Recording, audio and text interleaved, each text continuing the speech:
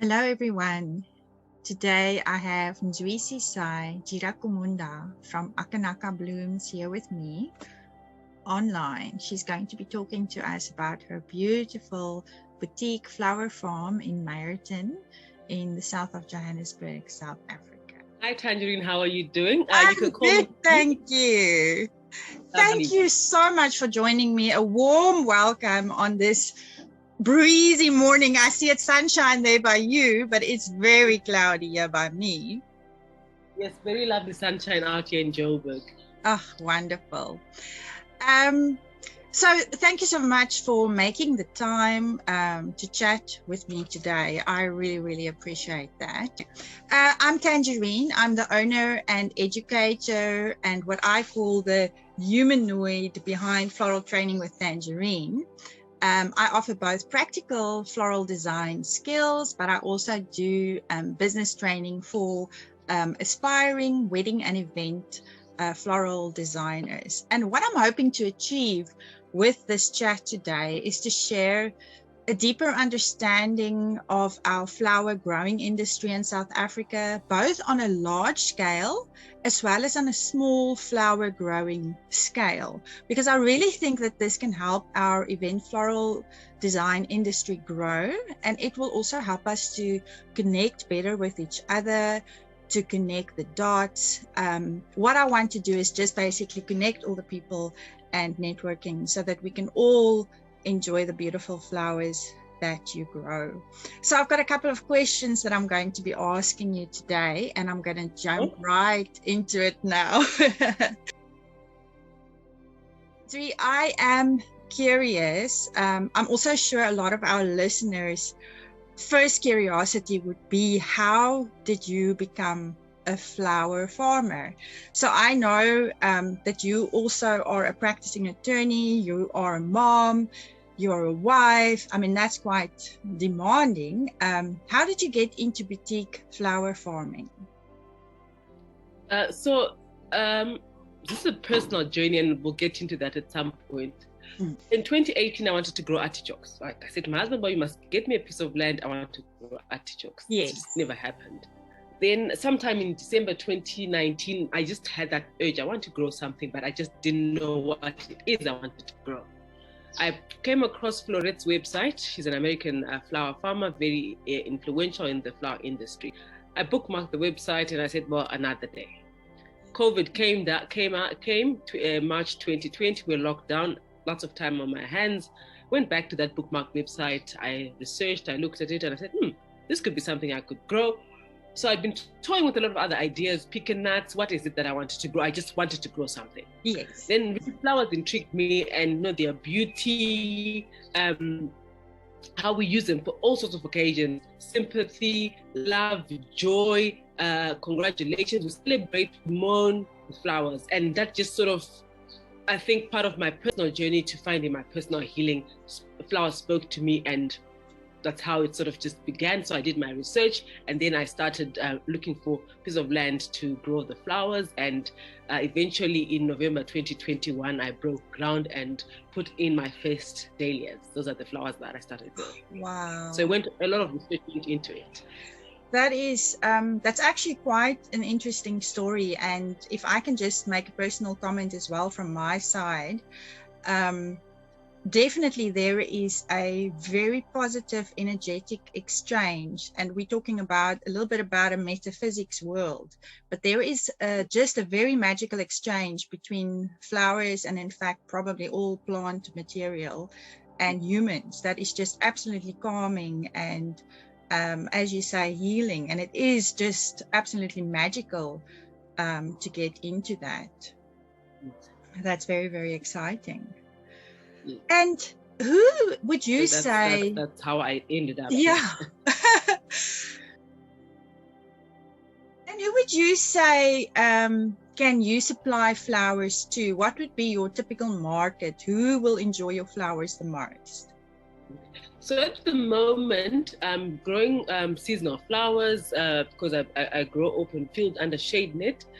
So I only grow what's in season. I've been supplying at the moment. I've supplied a few event florists in Johannesburg. I've supplied for people who teach florists how to design flowers.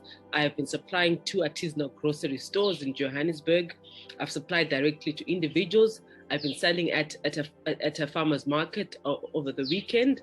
So that has sort of been my market at the moment. I've been everywhere. Obviously, it's important, we're told in business, to niche and see where you fit in. But I haven't found, it's been my first season, I haven't found who is going to be my ultimate supply. But I'm open to supplying to whoever would like to enjoy our flowers. Yes. And then I'm sure I saw something on your social media somewhere about flower subscriptions coming soon. Is that another niche that you're going to be trying out? Yes, so I'm going to hopefully, once we begin this new season, try and have a flower subscription service where I don't do the bouquets myself. I'm probably going to supply them in boxes or in buckets. I haven't figured out which way it is. So then you also get an opportunity to play with the flowers yourself, design this bouquet that you want. To have the focals, to have the line flowers, to have the feelers, and then you do your thing at home or for your office. So I'm working on that, and hopefully it'll be something exciting. That does sound very exciting to me, definitely. And obviously, yeah, as you said, event floral designers, that's a fantastic opportunity for them to get your flowers. And then you also have your open days where the public can come and buy flowers from you, which is great, because everybody, basically at this stage, anybody and everybody can enjoy your flowers in season. Yes. So the pick your own flowers is quite exciting because you get out there, you can bring the kids, they pick the flowers, they get to experience the environment. It's not about the amount of flowers that you pick, but just the experience. Experience with nature, yes. Oh, that's wonderful. And then that sort of what you started with discussing there about growing the flower seasonal, that was actually going to be one of my questions to you today. What are the seasons or the times of the year that you do have flowers available?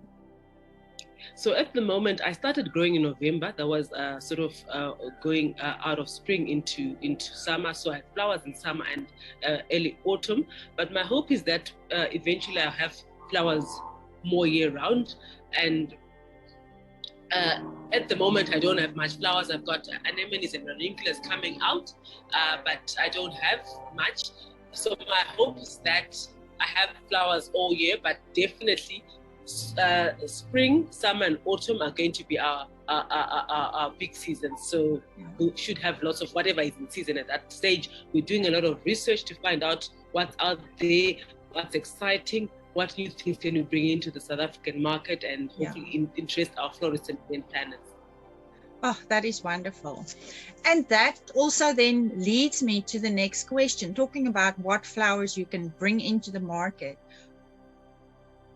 What kind of flowers have you been growing? And I know obviously the list could be very long, because I know when you go to a place like Multiflora, there are hundreds and thousands different types of flowers. But if you can just name a few for us so that we can get an idea of what you have been growing and what you want to continue to grow or maybe bring in. So we've had dahlias. We've had, I think I like to call it the flower of the moment. Everyone is sold on dahlias at the moment. We've had cosmos. We're going to grow some more cosmos, some more dahlias again. I've had straw flower. I just love the straw flower that we grew. And at the moment, I've got the flower and cabbage coming along. As I said, I've also got ranunculus, anemones, and I also have started trying some perennials. I've got some lupin that I've put down for hopefully our early summer this season. And yeah, so we've got a vast variety of flowers that we have and that we're going to be styling. Yes.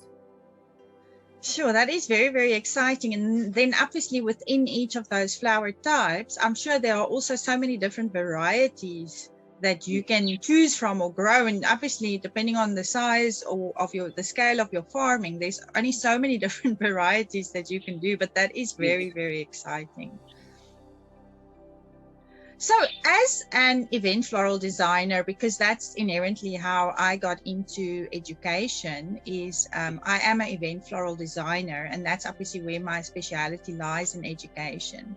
But for myself, other event floral designers and suppliers, what would be the best way that we can get access to your flower availability lists and pricings? Do you have something like that we can access, and how do we get access to that?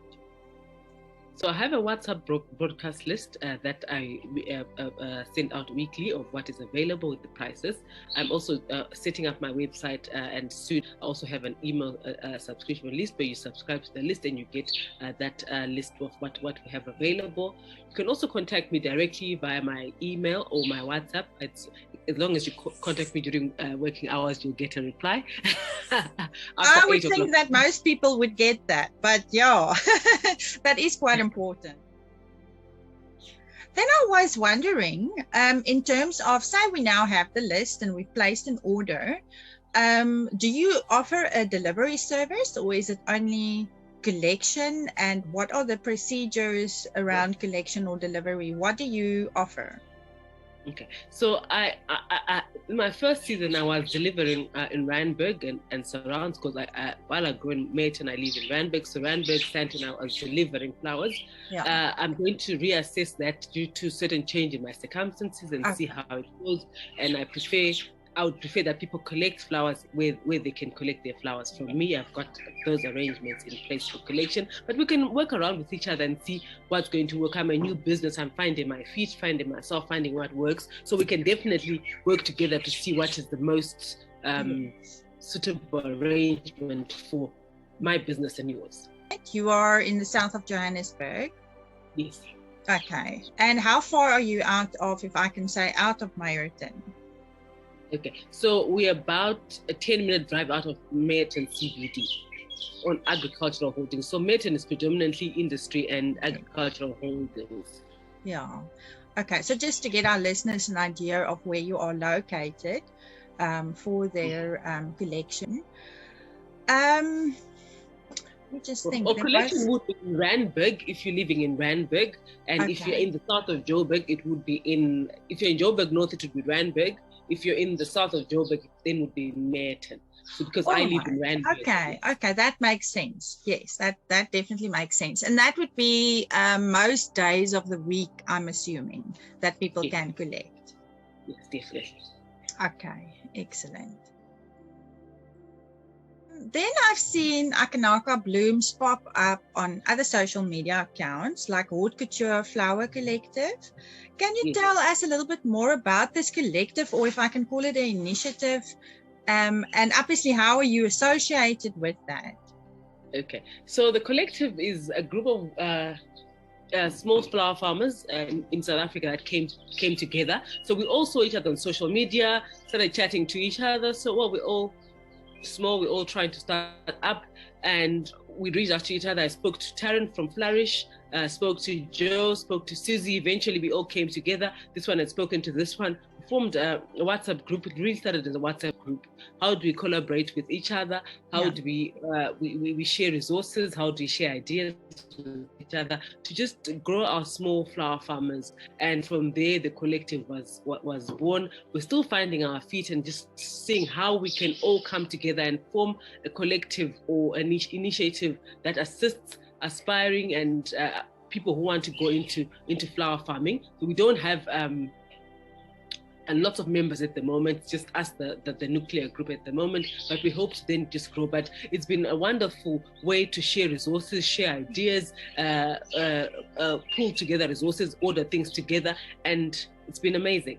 Yeah, I can imagine. Yes, that does sound very, very, very special. And I think it's lovely to have sort of your own little community where you can share and support each other and grow together. And I think that's also part of what I am trying to do. And I think that's what I identified in you guys, is where you create a space for everybody under the sun. And we're not at the end of the day in competition with each other. We help each other. There's enough work for all of us.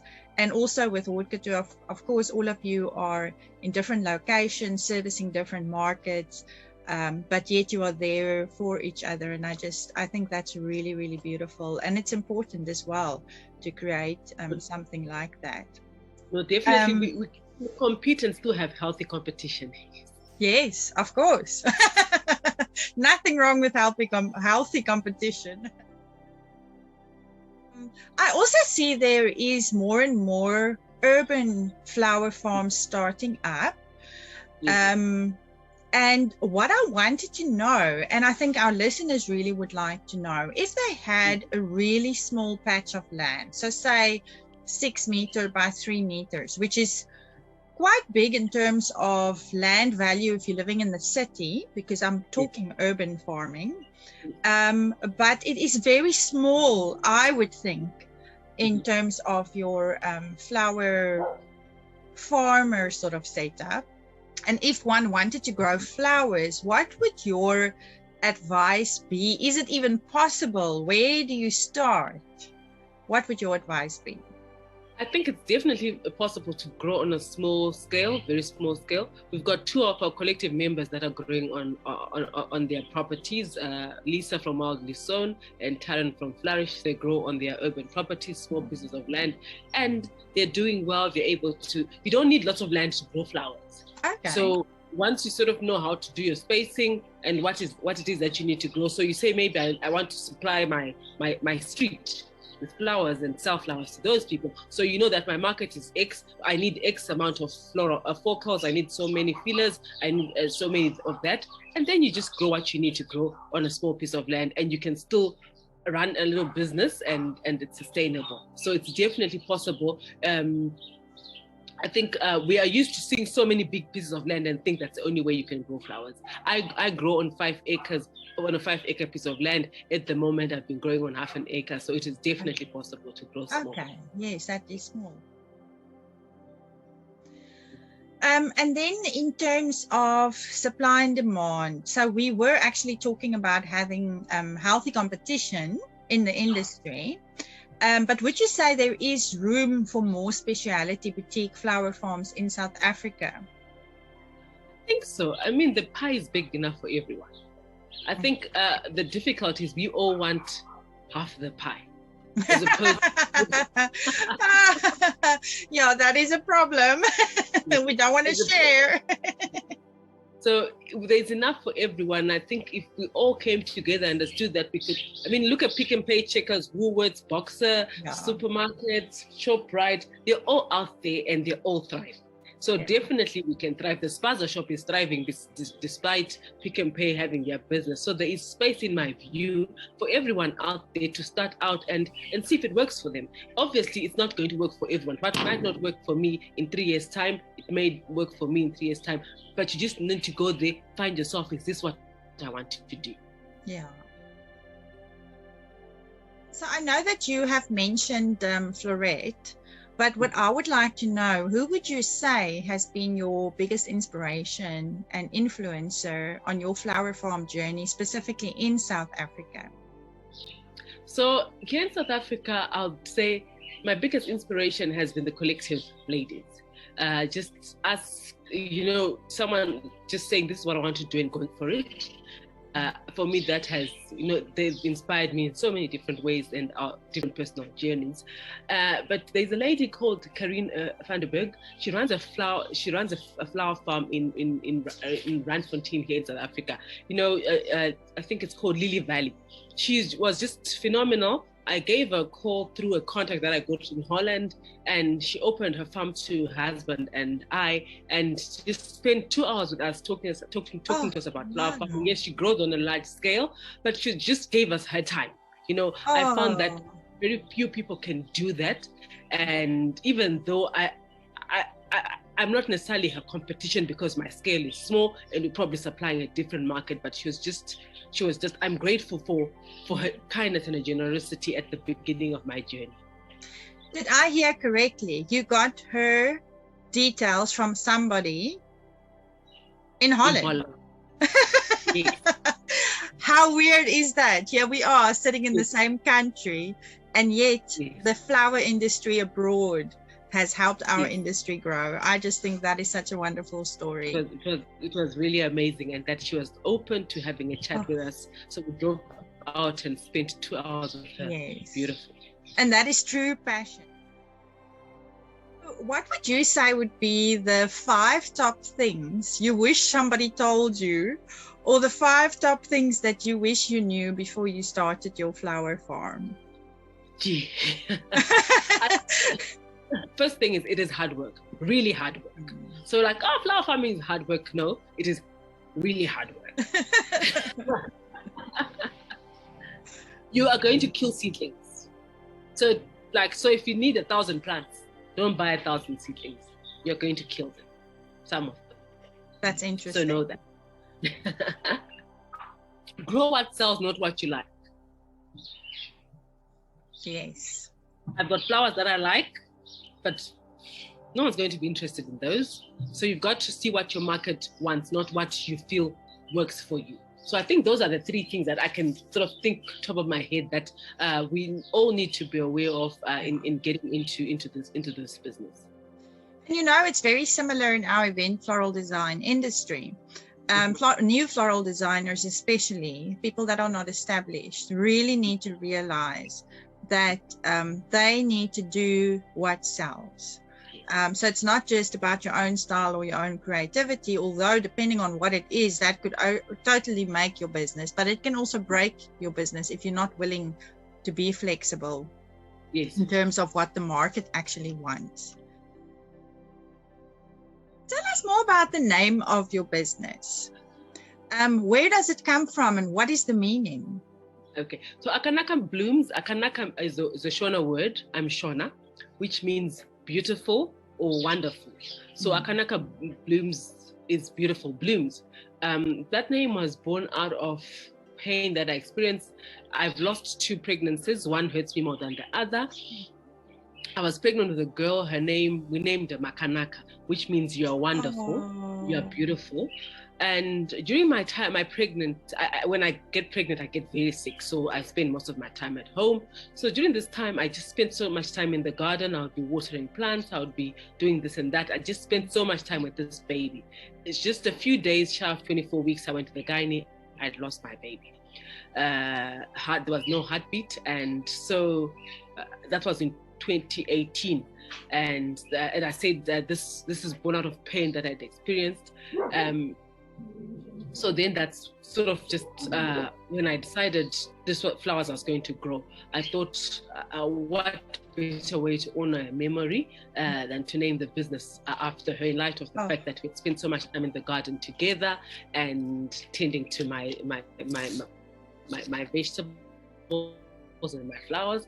And so I named the business Akanaka Blooms. That is such a bittersweet story. I'm feeling all tearful now. Really bittersweet, yeah. But I think it's beautiful that you were able to make something pretty out of that. Yes. So lastly, Nzwi, because we kind of covered most of the questions that I had, obviously you're based in Gauteng, so you would, in terms of our event floral designers or our wedding flower specialists, that is the market that you will be serving. I want to give you an opportunity just to tell us, where can we find you on social media? What is your Instagram handle? What is your Facebook handle? Where can they see you, get hold of you, contact details, email, telephone number, all of that? Okay. So I'm on Instagram as Akanaka Blooms, and I'm on Facebook as Akanaka Blooms, the Flower Acre.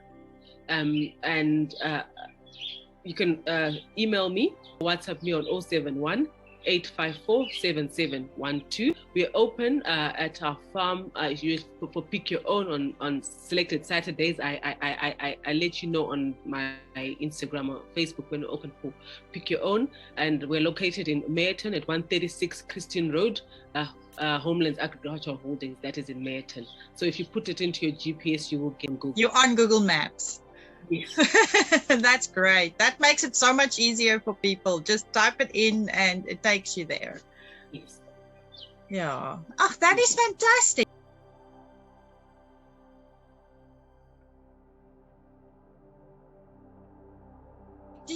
have any questions for me? Well, I know you do a lot of training for events and weddings. Is that really where you're niching into, or you do other things as well besides the training? Well, I started off as an event floral designer. So I do weddings as well. But I'm happy to quickly give you an overview of who I am. So basically, I was born to a Dutch mom who is also a floral designer. And I learned everything that I know growing up with a Dutch floral design mom. Obviously, at the time, it's like, oh my goodness, I don't want to do this, Mom. No, you have to bring these flowers. You have to cut these roses. Take those thorns off. Take those leaves off. So I learned a lot of things about the industry at a really, really young age. And I didn't start out in the industry. I started Pink Energy Floral Design in 2009. And then in 2016, I had a friend that had been nagging probably for at least a year already by then. Tangerine, you're always talking about flowers. You need to give us a workshop. We want to come and have a workshop with you, and then you can talk more about it. And I'm like, no, I don't do people. I do flowers. Oh. But then obviously I eventually caved and I said, okay, fine, let's have a workshop. I had it at my private residence out on the patio, which connected to my flower studio at home. So it was wonderful. And we actually had it there, and I had 2 people that I knew and 2 people that I didn't know. So I only had 4 people, but I stage fright. But the result of it was just so amazing. So in this workshop, what we did was we made flower crowns. And it was just such a phenomenal workshop. It got baptized as the Virgin Workshop because it was the first one. But I was absolutely addicted. So then I kept on thinking, okay, what else can I teach people? And I kept on scheduling workshops. Then eventually I started doing sort of wedding flower, because that's my speciality. So I started doing wedding flower classes for do-it-yourself brides. And then I had all these industry people that contacted me and said, why are you only doing it for do-it-yourself brides? We also want to learn how to do this or that. We see you doing it. And I'm like, okay, well, let's pay me a small fee and let's all get together and do it. And so it grew, because before the pandemic, I did 10 to 30 classes a year. But obviously now, after the pandemic, it's still very slow. And I'm trying to do 1 annual class, or if I can call it a course, because it really is quite formal training. It covers all the bases of what they need, but I also use my own proprietary FDF methodology, which obviously I'm not going to explain that here now, because that is exclusively for whoever takes my course. They will get the details on that. So I then teach that methodology in the courses that I offer. And at the moment, I've got a course coming up in September, which obviously you're going to be a guest speaker at. You're going to come in and talk to the group about flower farming. I'm really looking forward to that. Or also, not only flower farming, I think collectively you and I will also be sharing with them how they can use speciality flowers in their design. And then obviously I'll talk a little bit about the processing of those flowers to make them last a little bit longer and keep them beautiful for the wedding. And then I also am launching a new program. It is called the 12-month online learning program. And it's literally going to be live on Zoom. And the idea is to cover the training over 12 months, 1 class a month. And what that will allow people is just to learn over a period of time instead of learning everything in a short period of time and being overwhelmed.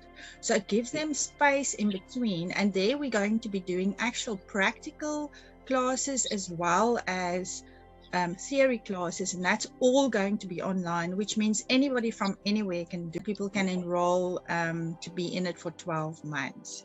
And then when the 12 months is up, they can choose to either do individual classes or they can enroll for a further 12 months, because it is going to be a rolling program, which also means people can join at any month of the year. They don't have to only now join for September. They can see it in November, join in December, start in January, or whichever way they want to do it. So these groups are going to be running parallel with one another. So I would say that the bulk of what I am doing is really teaching. It has become, basically my mantra has become, the meaning of life is to find your gift. And the purpose of life is to give it away. And that is how I feel about education, because I believe in teaching real people real skills. And I show up, especially in person, but also online. I try and show up in a phenomenal way where I actually make a difference in people's lives. And I've kind of become addicted to that.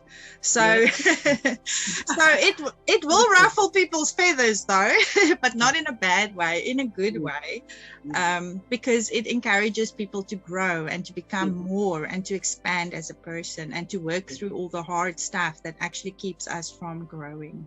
Yes, true. And just finding yourself, finding who you are and what makes you happy is very important. Yes.